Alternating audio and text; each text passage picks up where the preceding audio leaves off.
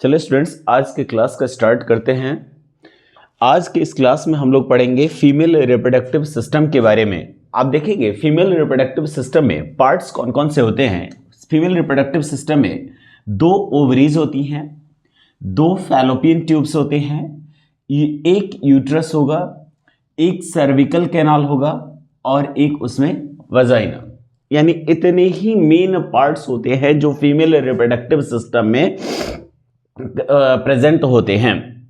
ये female reproductive system जो होता है वह फीमेल्स के बॉडी में पविक रीजन या हिप पविक रीजन में होता है। जो आप देखेंगे पविक रीजन इसमें मतलब जो है आपका हिप गर्डल के आसपास होता है, यानी below abdominal cavity. Abdominal cavity के ठीक नीचे होता है, नीचे वाले पोजीशन में होता है और इसको हम लोग हिप गर्डल कहते हैं। इस रीजन में ये पार्ट अरेंज होता है। अब हम देखेंगे कि इसमें कौन कौन से पार्ट्स हैं और वो पार्ट्स जो है उसका फंक्शन क्या होता है, इसके बारे में हम लोग डिस्कस करने वाले हैं। देखिए, इसमें 2 ओवरीज हैं, 2 ओवरीज हैं। ये मेन रिप्रोडक्टिव पार्ट का मेन हिस्सा होता है जो फीमेल गेमेट्स को प्रोड्यूस भी करता है और फीमेल गेमेट्स को रिलीज भी करता है। 2 काम है बाबू, फीमेल गेमेट्स को प्रोड्यूस करना और फीमेल गेमेट्स को रिलीज करना। देखिए, ये ओवल शेप्ड ऑर्गेन है, आप देख सकते हैं ये ओवल शेप्ड ऑर्गेन होता है जो यूट्रस ये वाला हिस्सा इसके वॉल्स पर कनेक्टेड होता है। अच्छा बात करें अगर ओवरीज की, तो ओवरीज जो होती हैं, ओवरीज ठीक है, यह जब फीमेल्स पबर्टी एज पर रीच करती हैं। पबर्टी एज का मतलब होता है 10 to 12 years of age. 10 to 12 years of age पर जब पहुंचती हैं तो ओवरीज का 2 मेन वर्क हो जाता है। पहला होता है कि हार्मोन्स को रिलीज करना, हार्मोन्स को रिलीज करना, ठीक है, हार्मोन्स को रिलीज करना। और दूसरा काम हो जाता है गेमेट्स को क्या करना, गेमेट्स को आपको रिलीज करना, गेमेट्स को क्या करना, रिलीज करना। गेमेट्स और हार्मोन्स दोनों रिलीज करते हैं। उस समय जब ये पॉवर्टी एज में पहुंचती हैं तो इनके गेमेट्स का प्रोडक्शन स्टार्ट नहीं होता। याद रखिएगा, गेमेट्स का प्रोडक्शन उस समय नहीं होता, गेमेट्स प्रोड्यूस उस समय नहीं होंगे, उस समय गेमेट्स रिलीज होंगे।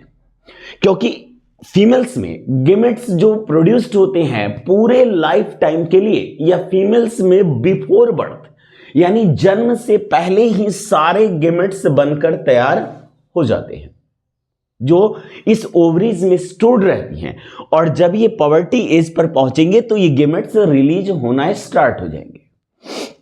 ये ओवरीज यूट्रस के वॉल्स पर आप देख रहे होंगे एक पतले से स्ट्रक्चर से कनेक्टेड रहता है। इस पतले से स्ट्रक्चर से कनेक्टेड रहता है जिसे हम लोग लिगामेंट्री मसल कहते हैं, लिगामेंट्री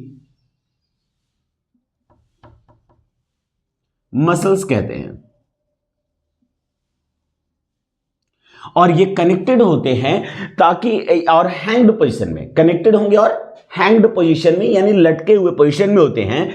और ये हार्मोन्स रिलीज करेंगे तो इसी लिगामेंट्री मसल के थ्रू ये पहुंच जाएगा इस यूट्रस में, ताकि यूट्रस के फंक्शंस को क्या कर सके, कंट्रोल कर सके, ठीक है। और ये हार्मोन्स भी प्रोड्यूस करेगा तो ये हार्मोन्स बॉडी में सप्लाई होगा तो वह इसी लिगामेंट्री मसल्स के थ्रू बॉडी के अंदर चला जाएगा। तो ये सारा जो इसका एक्सचेंज होता है वह लिगामेंट्री मसल्स के थ्रू ओवरी का एक्सचेंज होता है, चाहे वह जो भी हो। सर्कुलेशन ब्लड का होगा तो इसी के थ्रू होगा, लिगामेंट्री मसल्स में प्रेजेंट ब्लड वेसल्स के थ्रू होगा। इसमें हार्मोन्स जाएंगे और आएंगे तो इसी के थ्रू आएंगे और इसी के थ्रू यह यूट्रस के फंक्शंस को कंट्रोल भी करेगा। तो ये बिफोर बर्थ इसमें गेमेट्स प्रोड्यूस्ड हो गए और स्टोर्ड हो गए। और जब ये पहुंचेंगे पॉवर्टी एज पर तो सबसे पहला जो होगा वह रिलीज होगा इसका हार्मोन, ठीक है।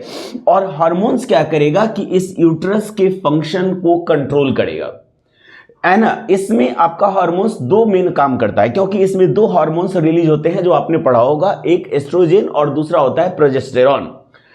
और ये दोनों हार्मोन्स मिलकर फीमेल्स में सेकेंडरी सेक्सुअल कैरेक्टर्स यानी कि growth, development of body and menstrual cycle वगैरह सबको कंट्रोल करते हैं।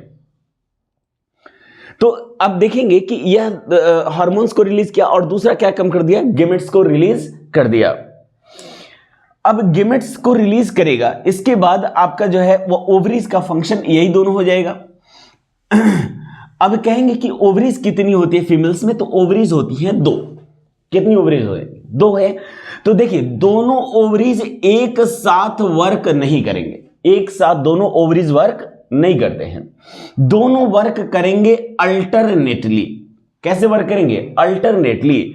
एक मंथ में एक ओवरी एक एग रिलीज करता है, फिर अगले मंथ में अगला ओवरी एक एग रिलीज करेगा।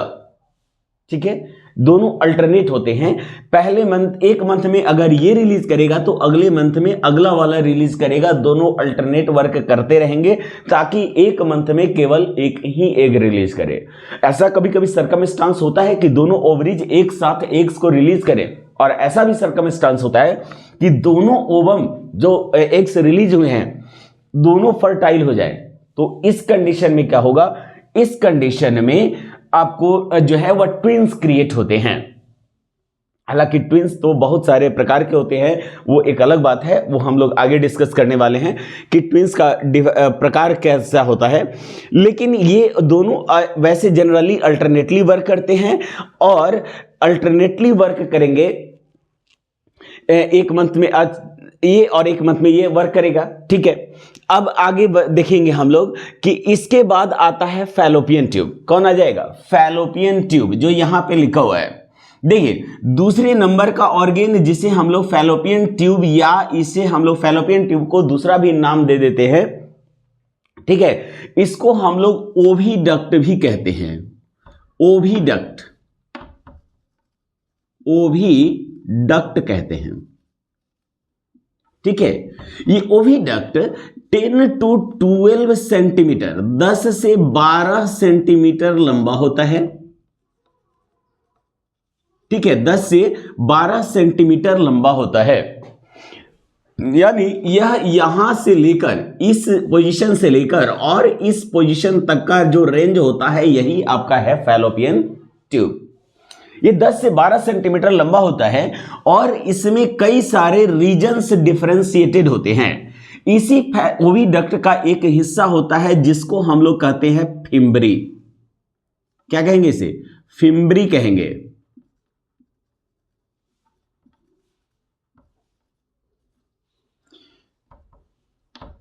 फिम्बरी कहते हैं इसे। देखिए इस ओवरी, यह ओवरी फैलोपियन ट्यूब के मदद से कनेक्टेड रहता है, फैलोपियन ट्यूब के द्वारा कनेक्टेड रहता है यूट्रस से। इसमें आप देख रहे होंगे यहां पे आपके फिंगर लाइक प्रोजेक्शन यहां पे है, दिख रहा है, फिंगर लाइक उंगली के जैसी संरचना आपको दिख रही है। इसी फिंगर लाइक प्रोजेक्शन का नाम क्या हो गया, फिम्बरी हो गया। फिम्बरी हाईली सेंसिटिव होता है और इसमें सिलिएटेड मसल्स होते हैं। जब ओवरी एग्स को रिलीज करती हैं, एग्स को शूट करती हैं, एग्स को रिलीज कैसे करती हैं, तो वो शूट करती हैं हाई प्रेशर के साथ आगे की तरफ शूट कर देंगे। तो ये जो फिम्बरीज होती हैं वह ओवरी के ऊपर ऐसे हैंग्ड पोजीशन में होगी, डायरेक्ट कांटेक्ट में नहीं होती, ये हैंग्ड पोजीशन में होती है। और जब ये ओवम को रिलीज करेगी, एग्स को रिलीज करेगी, तो फिम्बरी क्या करती है कि उसे पकड़ लेती हैं और पकड़ के और इस मतलब फैलोपियन ट्यूब के अगले हिस्से में ले जाकर उसे पहुंचा देती है, उसे वहां तक ट्रांसफर कर देती हैं, है ना, उसे पहुंचा देती है। तो फिम्बरी का काम हो गया क्या कि वह एग्स को कैच करती हैं, पकड़ती हैं, कलेक्ट करती हैं। ठीक है, तो यह क्या करेंगी, कलेक्ट करेंगी।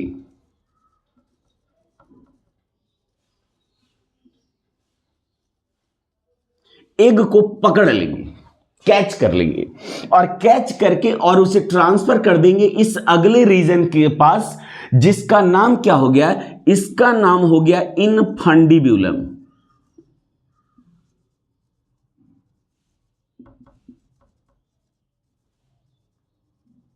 ठीक है, इनफंडिब्यूलम नाम हो गया। यहां पर एग जब पहुंच जाएगा इनफंडिब्यूलम के पास, तो यहां पर जो प्रोसेस परफॉर्म होता है उसे हम लोग कहते हैं फर्टिलाइजेशन।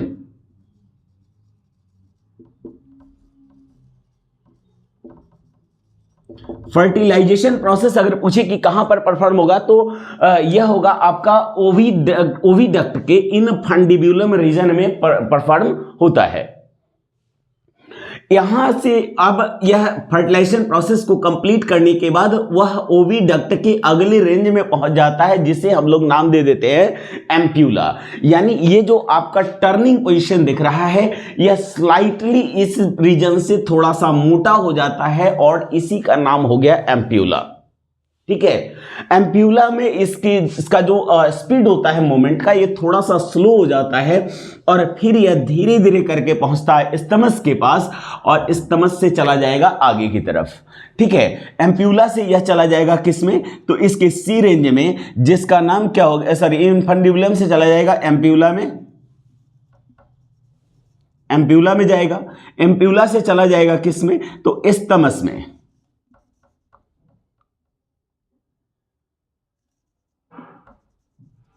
चला गया कहां पर, स्तमस में। इस दौरान आप देखिएगा कि यह यहां फर्टिलाइजेशन हुआ और इस एम्प्यूला और स्तमस का काम क्या है, तो इसमें इसका काम होता है क्या, मतलब सबसे पहला होता है कि इसमें मूवमेंट के लिए, एग्स में मूवमेंट के लिए कोई भी पार्ट अवेलेबल नहीं होता है, जैसे हमने प्रीवियस वीडियो में डिस्कस किया है। तो इसमें जो आपका एम्प्यूला और स्तमस है, इसमें भी आपका सिलिएटेड मसल्स होता है, यानी हेयर लाइक प्रोजेक्शन होता है ना, जिसे हम लोग सीलिया कहते हैं। और सिलिएटेड एपिथेलियम के होने की वजह से यह उस पर्टिकुलर मतलब जो है वह फर्टिलाइज्ड एग को आगे की तरफ फॉरवर्ड करेगा। इस दौरान यह फर्टिलाइज्ड एग, जिसे हम लोग क्या कहते हैं, जाइगोट कहते हैं, जिसे हम लोग क्या कहेंगे, जाइगोट कहेंगे। यह जाइगोट कांस्टेंट नहीं रहेगा, यह जाइगोट मल्टी टाइम्स डिवाइड होकर और क्लस्टर ऑफ सेल के रूप में कन्वर्ट होना शुरू हो जाता है। अब चूंकि वह एक लिविंग पार्ट है तो उसे अपने ग्रोथ एंड डेवलपमेंट के लिए नॉरिशमेंट चाहिए, पोषण चाहिए, फूड चाहिए, है ना, सभी जो है वह रिक्वायर्ड कंडीशंस चाहिए जिससे वह ग्रो और डेवलप हो सके। तो इसके लिए क्या करता है कि ये दोनों रीजन्स, सबसे पहले है कि वह यूनिडायरेक्शनल मोमेंट को परफॉर्म करने में उसका हेल्प भी करती हैं और उसके साथ उसे नॉरिशमेंट यानी पोषण भी प्रोवाइड करती हैं, फूड भी प्रोवाइड करती हैं, सारे कंडीशंस प्रोवाइड करती हैं जो उसके सर्वाइवल के लिए, आगे ग्रोथ एंड डेवलपमेंट के लिए रिक्वायर्ड होती हैं। चलिए, यह धीरे धीरे मूव करता हुआ यहां से आगे की तरफ बढ़ेगा, आगे की तरफ बढ़ेगा, आगे की तरफ बढ़ेगा और यह अगले ऑर्गेन की तरफ चला जाएगा, जिसका नाम क्या है, यूट्रस। तो देखिए, यूट्रस तक पहुंचने के पहले अब देखिएगा, अब बारी आ जाएगी किसके फंक्शन की, तो यूट्रस की। ठीक है, यूट्रस जो होता है, थर्ड पार्ट बोलेंगे हम यूट्रस।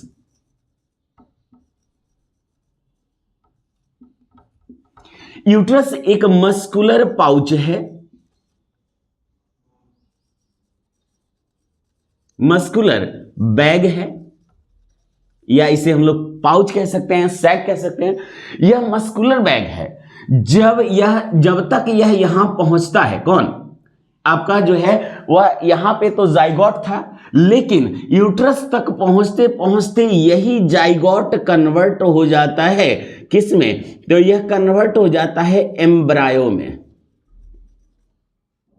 किस में कन्वर्ट हो जाएगा, एम्ब्रायो में कन्वर्ट हो जाएगा। ठीक है स्टूडेंट्स, तो यह जो एम्ब्रायो है, तो एम्ब्रायो क्या होता है कि यह क्लस्टर ऑफ सेल्स होता है। क्या होगा, क्लस्टर ऑफ सेल्स, यानी सेल्स का एक गुच्छा हो जाता है, एक सेल्स का ग्रुप हो जाता है और ये पहुंचता है एम्ब्रायो कहां पर, तो ये पहुंच गया आपके यूट्रस के पास। तो यूट्रस के पास पहुंचने से पहले यूट्रस एक वर्क करता है, क्योंकि यूट्रस के जो वॉल्स होते हैं वह रिच ब्लड सप्लाई वेसल्स को कंसिस्ट करते हैं, कैपिलरीज को कंसिस्ट करते हैं। तो यूट्रस इससे पहले अपने आप को प्रिपेयर करता है ताकि वह इस एम्ब्रायो को रिसीव कर सके, इस एम्ब्रायो के लिए एक प्रॉपर कंडीशन एनवायरनमेंट का फॉर्मेशन कर सके। इसके लिए यह क्या करती हैं कि एक इम्परमानेंट ब्लड कैपिलरीज के वॉल का फॉर्मेशन कर लेती हैं, ब्लड कैपिलरीज के वॉल का फॉर्मेशन कर लेती हैं, है ना, इम्परमानेंट ब्लड कैपिलरीज के वॉल का फॉर्मेशन कर लेती हैं। इसी इम्परमानेंट ब्लड कैपिलरीज के वॉल को हम लोग क्या कहते हैं, एंडोमेट्रियम कहते हैं। यानी यूट्रस के भीतर ही एक वॉल का फॉर्मेशन होता है जिसे हम लोग क्या कहते हैं, एंडोमेट्रियम कहते हैं, एंडोमेट्रियम, ठीक है, एंडोमेट्रियम कहते हैं। अब क्या होगा, अब होगा यह कि इसमें एंडोमेट्रियम के भीतर, एंडोमेट्रियम में जब यह पहुंचेगा, कहां पहुंच जाएगा, एंडोमेट्रियम के पास,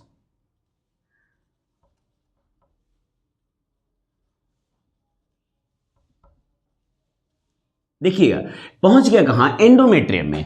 तो जब ये एंडोमेट्रियम में पहुंचेगा तो यह एक कोजी बेड हो जाता है, एक ब्लड कैपिलरीज का एक जो है वो कोजी मतलब हो जाता है गद्देदार, तो ये गद्देदार बेड हो जाता है। जब ये यहां पहुंचेगा तो इसी एंडोमेट्रियम के भीतर ये सिंक कर जाएगा, डूब जाएगा।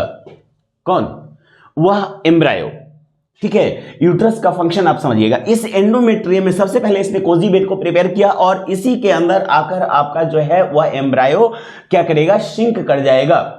तो इसे sinking of embryo into endometrium को हम लोग क्या कहते हैं, तो इसी को हम लोग क्या कहते हैं, इम्प्लांटेशन कहते हैं, इम्प्लांटेशन।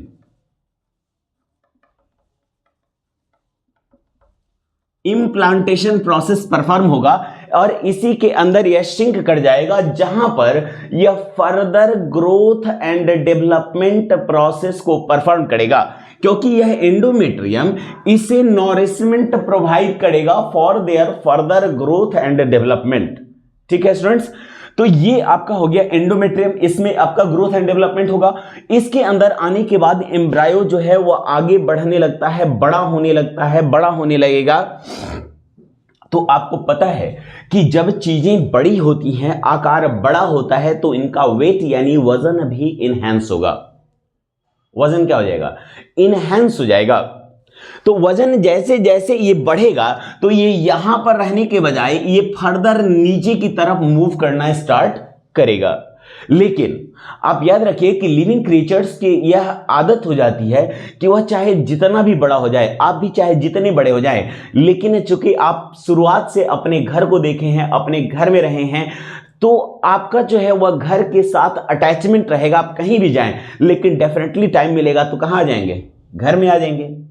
तो वैसे ही यह भी जहां अटैच हुआ, अब उसके साथ उसका अटैचमेंट बढ़ जाएगा, लगाव बढ़ जाएगा, उसे यह महसूस हो जाता है कि यही वह रीजन है जो इसके लिए रिक्वायर्ड है और यह इसका देखभाल कर सकता है। तो ये इसके साथ अटैचमेंट जो है वह छोड़ना नहीं चाहेगा। तो यह क्या करता है कि इसी रीजन में, है ना, इसी रीजन में, ठीक है, ये जो रीजन हुआ, इसी रीजन में एक प्रोजेक्शन को डेवलप कर लेता है। ठीक है, यह प्रोजेक्शन को डेवलप कर लेता है जिसे हम लोग कहते हैं प्लेसेंटा। क्या कहेंगे, प्लेसेंटा कहेंगे। यह इसी प्लेसेंटा के थ्रू, चाहे वह कहीं भी यूट्रस के किसी भी सेक्शन में मूव कर जाए, लेकिन प्लेसेंटा के थ्रू यहां से यह जुड़ा हुआ रहेगा और इसी प्लेसेंटा से यह नॉरिशमेंट, पोषण, न्यूट्रिशन गेन करता रहेगा, एक्सचेंज करता रहेगा मदर्स वुम्स के थ्रू। इसे हम लोग मदर्स वुम्स कहते हैं। ठीक है, तो फर्दर एम्ब्रायो का ग्रोथ एंड डेवलपमेंट अगर पूछे कहां पर होगा, तो मदर्स वुम्स यानी यूट्रस में होगा। ठीक है स्टूडेंट्स, तो यहां पे आप देखेंगे कि यह आगे फर्दर प्लेसेंटा जो है वह डेवलप कर लेगा। प्लेसेंटा क्या होता है, एक रीजन होता है, एक जो है वह आपका डेवलपमेंटल ग्रोथ रीजन होता है। जैसे मान लीजिए कि यह वॉल्स ऑफ यूट्रस है, यह वॉल्स ऑफ यूट्रस है, तो यहां पे आपका जो है वह एक रीजन, ब्लड कैपिलरीज का एक रीजन डेवलप कर लेगा रूट की तरह। ठीक है ना, और इसी रूट वाले रीजन को हम लोग क्या कहते हैं, तो प्लेसेंटा नाम दे देते हैं। इस प्लेसेंटा से अब भारी होगा तो यहां तो यह रह नहीं पाएगा, तो नीचे की तरफ मूव करेगा तो एक कॉर्ड को डेवलप कर लेगा, एक कॉर्ड को डेवलप करेगा, जिस कॉर्ड के थ्रू यह जो एम्ब्रायो है यह अपने मदर्स वोम्स से कनेक्टेड होगा। इस कॉर्ड को हम लोग कहते हैं अम्बेलिकल कॉर्ड, अम्बेलिकल कॉर्ड कहते हैं। ठीक है, अम्बेलिकल कॉर्ड के थ्रू यह मदर्स वोम्स से कनेक्टेड रहेगा और यह अम्बेलिकल कॉर्ड उस डेवलपिंग एम्ब्रायो, ठीक है ना, डेवलपिंग एम्ब्रायो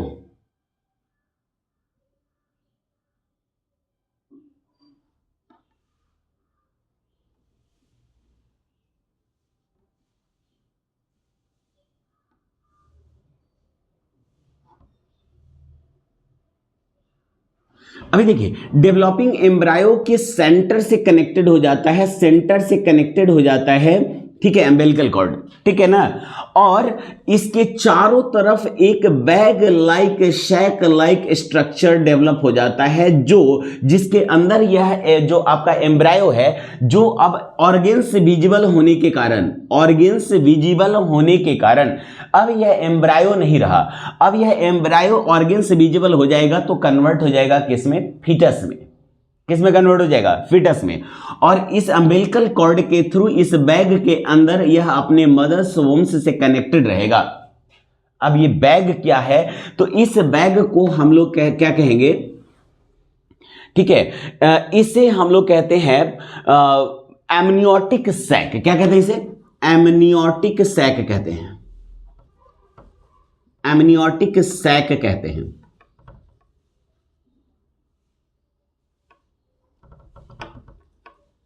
एमनियोटिक सैक कहते हैं। इसी एमनियोटिक सैक के अंदर आपका फिटस डेवलप होगा और ये इसका नाम, अब इसका नाम हो जाएगा फिटस, क्या कहेंगे इसे, फिटस कहेंगे।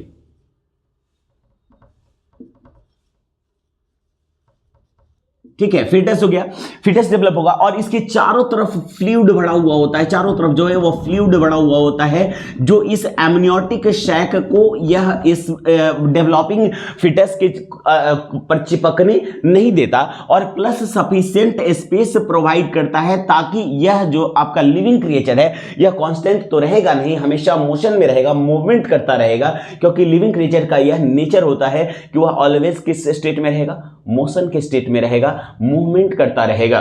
तो मूवमेंट के लिए स्पेस प्रोवाइड करता है ताकि यूट्रस के वॉल्स पर प्रेशर डालकर इसे क्या कर सके, एक्सपैंड कर सके, इसीलिए यह मस्कुलर है ताकि एक्सपेंशन और कॉन्ट्रैक्शन भी परफॉर्म कर सकती हैं। तो यह इसे एक्सपेंड कर देगा और सफिशिएंट स्पेस प्रोवाइड कर देगा, कौन, एमनियोटिक सैक, और उसके अंदर होगा एमनियोटिक फ्लूइड, जिसके अंदर यह एंगवन लगातार मूव करता रहेगा, यह जो फिटस होगा वो लगातार मूव करता रहेगा। अब बात करेंगे यहां पर आपका डेवलपमेंट का, तो यह धीरे धीरे वॉल्स को एक्सपेंड करेगा और इस तरह यह मतलब जो है इसी के अंदर आपका फिटस डेवलप हो जाएगा और वह यंगवन के रूप में कन्वर्ट होगा इसी स्टेज में। ठीक है स्टूडेंट्स, अब बात करें इसके अगले रीजन की, ठीक है ना, अगला रीजन कौन हो जाएगा, तो अगला रीजन हो जाएगा आपका ये छोटा सा नैरो ट्यूबुलर स्ट्रक्चर आपको दिख रहा है, ये वाला रेंज आपको दिख रहा है, यहां से लेकर और यहां तक का रेंज दिख रहा है, इसी का नाम क्या हो गया, सर्विकल कैनाल नाम हो गया, जो यहां पे लिखा हुआ है आप देख सकते हैं, सर्विकल कैनाल। सर्विकल कैनाल जो होता है that acted as birth canal, birth canal, ठीक है। जब यह फिटस कंप्लीट डेवलप्ड हो जाएगा तो ये यूट्रस में तो रहेगा नहीं, तो यह यूट्रस में नहीं रहेगा तो यह धीरे धीरे करके इसी कैनाल के थ्रू बॉडी से बाहर आ जाएगा, है ना, बॉडी से बाहर आ जाएगा और इसीलिए चूंकि इससे बर्थ होता है, बच्चे का जन्म होता है, इसलिए इसका नाम क्या हो गया, बर्थ कैनाल हो गया।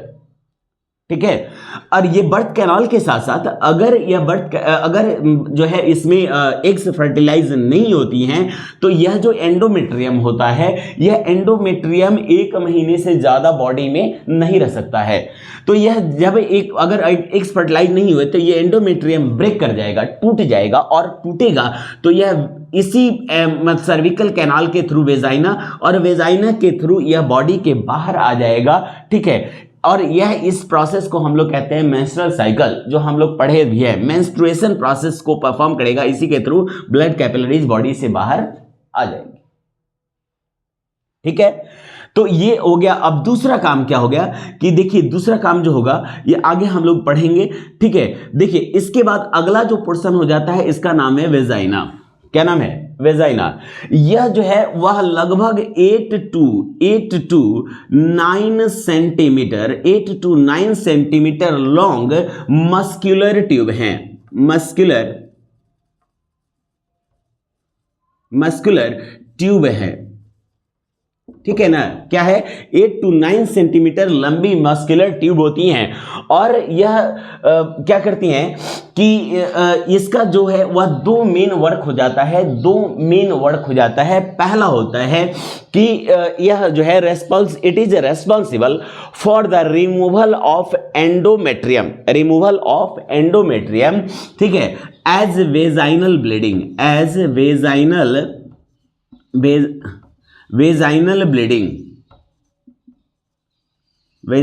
ब्लीडिंग। आपको नाम से भी स्पष्ट हो जाएगा कि वेजाइनल ब्लीडिंग का मतलब हो गया कि वेजाइना के थ्रू ब्लड का रिमूव होना, ब्लड क्लॉट्स का, ब्लड कैपिलरीज का रिमूव होना, जिसे एंडोमेट्रियम के टूटने के बाद होता है। तो यह वेजाइनल ब्लीडिंग हो जाएगा, जिसे हम लोग कहते हैं मेंस्ट्रुएशन।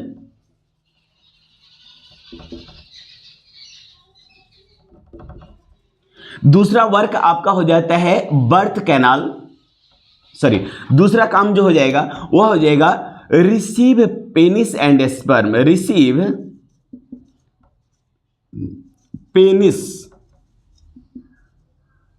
पेनिस एंड स्पर्म, यानी यह कॉपुलेशन प्रोसेस के दौरान, जब कॉपुलेशन होता है यानी कि मेल और फीमेल का जो है वह सेक्सुअल इंटरकोर्स होता है, तो उस सेक्सुअल इंटरकोर्स के दौरान यह जो है वह पेनिस को रिसीव करती है और इजाकुलेशन प्रोसेस के बाद स्पर्म्स इसी में रिलीज होते हैं।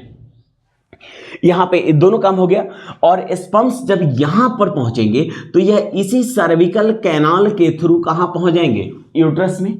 यूट्रस में पहुंचने के बाद ये स्पर्म्स दोनों डायरेक्शंस में मूव कर जाते हैं। ठीक है ना, दोनों डायरेक्शंस में क्या कर जाएंगे? मूव कर जाएंगे और इस तरह वह पहुंच जाएंगे कहां तक? तो वह पहुंच जाते हैं आपके फैलोपियन ट्यूब तक। तो ये सब एक दूसरे से इंटरकनेक्टेड रहते हैं, जो एक दूसरे के वर्क में हेल्प करेंगे। ठीक है स्टूडेंट्स, तो ये इसका वर्क हो गया। अब उसके बाद इसके वॉल्स में जो है वह ग्लैंड्स होते हैं। क्या होंगे? ग्लैंड्स होते हैं। ये ग्लैंड्स जो हैं वह आपको म्यूकस और मतलब ऑयल को रिलीज करते हैं। ऑयल को रिलीज करेंगे, ऑयल ग्लैंड्स कंसिस्ट करते हैं। और ये जो ऑयल होता है वह दो मेन वर्क कर देता है। इसके म्यूकस और ऑयल मिलकर इसके जो एसिडिक रीजन, जो इसका एनवायरनमेंट होता है, पहले इसका जो एनवायरनमेंट होता है वह कैसा होता है? एसिडिक होता है। और बाद में वह म्यूकस उसे क्या करेगा? न्यूट्रलाइज कर देगा, ताकि वह प्रॉपर्ली स्पर्म्स को रिसीव कर सके, स्पर्म्स को कोई नुकसान ना हो। सीमेन, स्पर्म नहीं कह सकते हैं, इसे हम लोग कहेंगे सीमेन।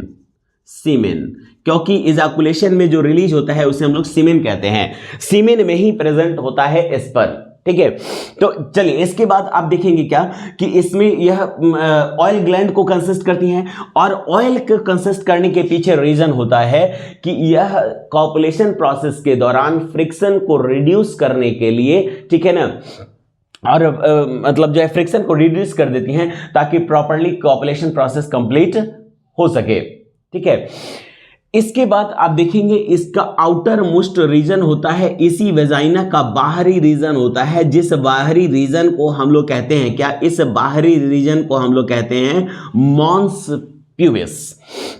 प्यूबिस जो होता है वह एक सेंसिटिव रेंज होता है, जो मतलब जो है रिच ब्लड सप्लाई वेसल्स को कंसिस्ट करता है।